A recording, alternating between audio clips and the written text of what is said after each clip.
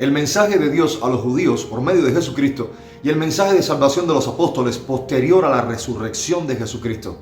Este es el segundo video sobre esta serie, el Evangelio y el mensaje de Jesús, y le exhorto muchísimo a que vea los 3 videos en su respectivo orden. Y déjeme decirle que en ambos casos, tanto en los judíos como en los gentiles, el mensaje de Jesús fue transmitido de manera coherente, solo que fue adaptado a las audiencias específicas a las cuales se transmitió el mensaje.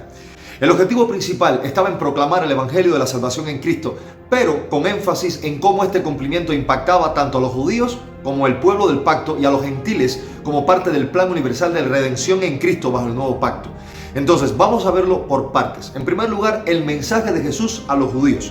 Jesús vino primero a los judíos, el pueblo del pacto, para anunciar el reino de Dios y el cumplimiento de las promesas mesiánicas del Antiguo Testamento, tal cual vemos en Mateo 15:24 y Romanos 15:8.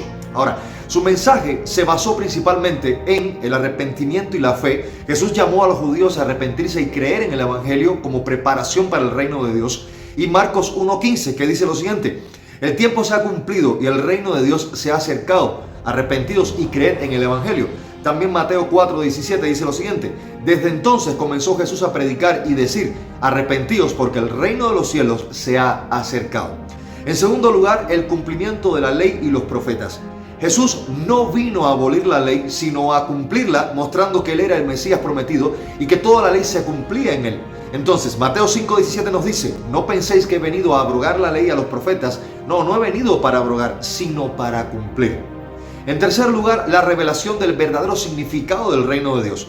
Jesús corrigió la visión terrenal del reino que los judíos esperaban y reveló que su reino era realmente espiritual, basado en justicia, amor y la reconciliación con Dios.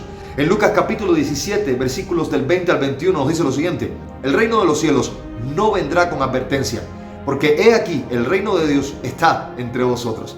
Pero Jesús también hizo una advertencia con respecto a la religiosidad vacía y denunció la hipocresía de los líderes religiosos y llamó a una relación genuina con Dios. Mateo 23, 27 y 28 dice: ay de vosotros, escribas y fariseos, hipócritas, porque sois semejantes a sepulcros blanqueados.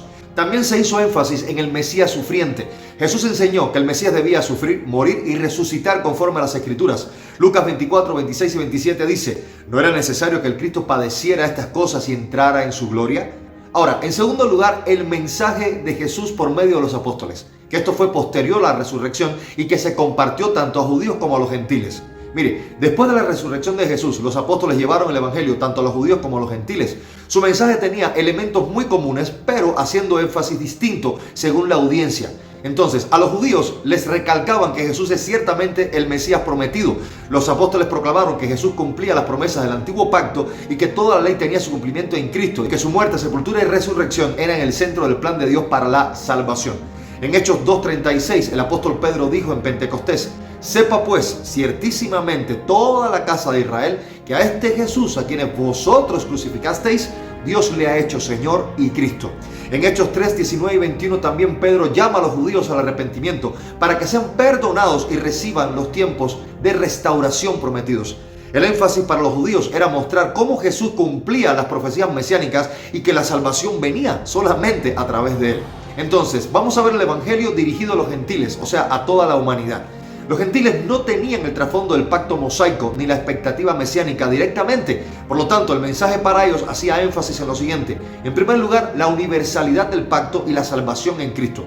Todos, tanto los judíos como los gentiles, están bajo pecado y necesitan de la gracia de Dios. Romanos 3, 23, 24 dice claramente: por cuanto todos, sin excepciones, hemos pecado, estamos destituidos de la gloria de Dios, siendo justificados gratuitamente por su gracia.